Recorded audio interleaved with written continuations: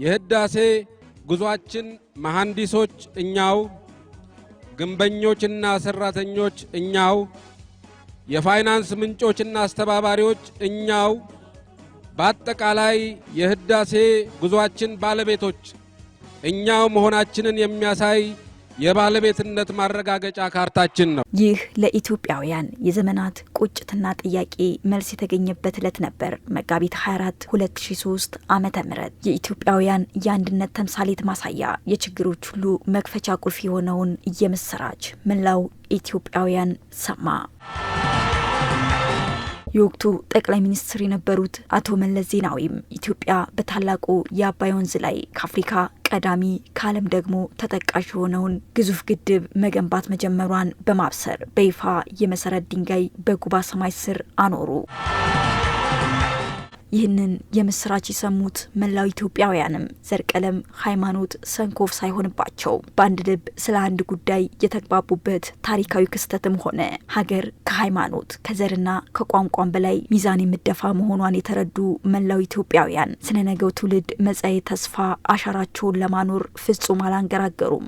አባይ ግድብ በማህፀን ካሉ ህፃናት በመቃብር ካሉ ሙታን በቀር ኢትዮጵያዊ የሆነ ሁሉ መተባበር አለበት። የኛ ጀግና የኛ አንበሳ መጣብህ መጣልህ ያገሳ ብዬ ነው የገጠም። የቤት መቤት ነኝ ያቅሜና ሀል 2000 ብር ነግሳል። በኢትዮጵያውያን የተባበረ ክንድ ህያው ሆኖ እንደሚገነባ ተነግሮ መሰረት የተጣለው የታላቁ የኢትዮጵያ ህዳሴ ግድብ ለዘመናት በቁጭት ውስጥ የቆየውን ህዝብ ከዳር እስከ ዳር በማነቃቃት ለዚህ የባንዲራ ፕሮጀክትም ከህፃን እስከ አዛውንት አንዳች ሳይሰስቱ መስጠትን ዓለም ተመለከተ። Ethiopia's recent announcement of building the Renaissance Dam, the largest hydroelectric power generating plant in Africa. This kind of scale vision that has allowed the Ethiopians to get the whole country. ይህንን የህዝብ ማዕበል በመያዝ በ5 ዓመታት እንዲጠናቀቅ ውጥን ተይዞለት ስራ የጀመረው የታላቁ የኢትዮጵያ ህዳሴ ግድብ በርካታ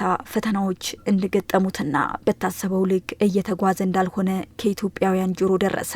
በ2003 ተጀምሮ በ2007 የመጀመሪያው ኤርሊ ጄኔሬሽን ወይም አሁን ውሃ ይዘን ልንሰራ የምናስበው 2007 እንዲያልቅ አጠቃላይ ፕሮጀክቱ ደግሞ 2009 እንዲያልቅ ነው ስምምነት ኮንትራት የተፈረመው።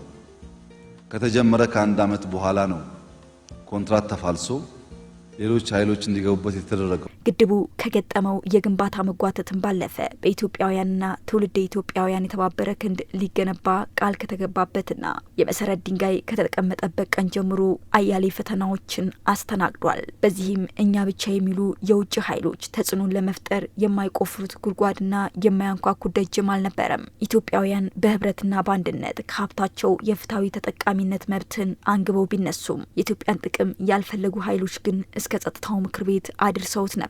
በዚህም ኢትዮጵያ የተለያዩ አካላትን ያሳተፉ የሶስትዮሽ ንግግሮችን ቅድሚያ በመስጠት አያሌ ተግባራትን ማከናወን ቀጠለች። ይሁን እንጂ በእነዚህ አስቸጋሪና ፈታኝ ጊዜያት ለአንድ ደቂቃ የግድቡ ግንባታ ሳይቋረጥ ለ24 ሰዓት በጉባ ሰማይ ስር ተግባሩን ቀጠለ።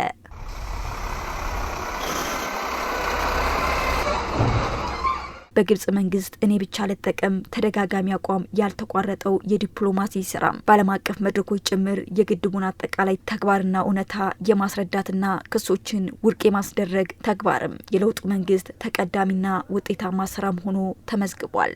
Mr. President, it must also be clear that the underlying problem for the difference between the three countries is ክቡር ፕሬዚዳንት፣ በሶስቱ ሀገራት መካከል ያለው አለመግባባት መንስኤ በአባይ ወንዝ ላይ የቅኝ ግዛት ይገባኛል ጥያቄን ማስቀጠል መሆኑ ግልጽ ሊሆን ይገባል። የጸጥታው ምክር ቤት ኢትዮጵያ የአባይ ወንዝን የመጠቀም መብት አላት ወይስ የላትም የሚለው ጥያቄ ቀርቦለታል። በመላው ዓለም ያላችሁ ወዳጆችም ይህንን ጥያቄ ባንድ መልሱልን። ኢትዮጵያን የአባይን ወንዝ የመጠጣት መብት አላቸው። To answer this question, do Ethiopians have the right to drink from the Nile? ሀገራዊ ለውጡን መነሻ በማድረግ የታላቁ የኢትዮጵያ ህዳሴ ግድብ የመንግስት ተቀዳሚ ተግባር ሆነ የነበሩትን ችግሮችን በመቅረፍና ተስፋ ያደረገውን ህዝብ ወደ ቀደመው ድጋፉ እንዲያማትር ለማድረግ ሌት ተቀን በመስራት በርካታ ለውጦችን በማድረግ ግንባታው ዳግም ወደ ቀደመው ፍጥነቱ እንዲመለስ ማድረግም ተቻለ።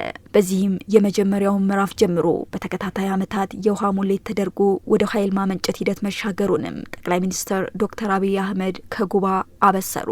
ይህ ውሃ መላው የዓለም ህዝብ እንዲገነዘብ የሚያስፈልገው ይኸው እንደምታዩት ኃይል እያመነጨ ቀደም ሲል የሚያደርገውን ተግባር በመፈጸም ወደ ሱዳንና ወደ ግብጽ የሚሄድ እንጂ ባሉባልታ ሲነገር እንደነበረው የኢትዮጵያ ህዝብ እና መንግስት ውሃውን ገድበው የወንድም ግብጽንና የሱዳን ህዝብን የማስራብ ፍላጎት የማስጠማት ፍላጎት እንደሌላቸው ስንናገር የነበረውን ዛሬ በተግባር ያሳየንበት ቀን ስለሆነ ሁሉንም ወንድም የግብጽና የሱዳን ብቻ ሳይሆን መላው አፍሪካ ወንድምና እህት ህዝቦች እንኳን ደስ ያላችሁ። የመላው ኢትዮጵያውያን የጽናት ተምሳሌትና የአሸናፊነት ማሳያ የሆነው የታላቁ የኢትዮጵያ ህዳሴ ግድብ 14 ዓመታትን ተጉዞ አሁን ላይ ሙሉ ለሙሉ ተጠናቆ ለኢትዮጵያውያን ደስታ ሊያበስር ወራትን እየቆጠረ ይገኛል። ህዳሴ ላይ ቢበዛ በሚቀጥሉት 6 ወራት በጋራ ሪቫን እንቆርጣለን።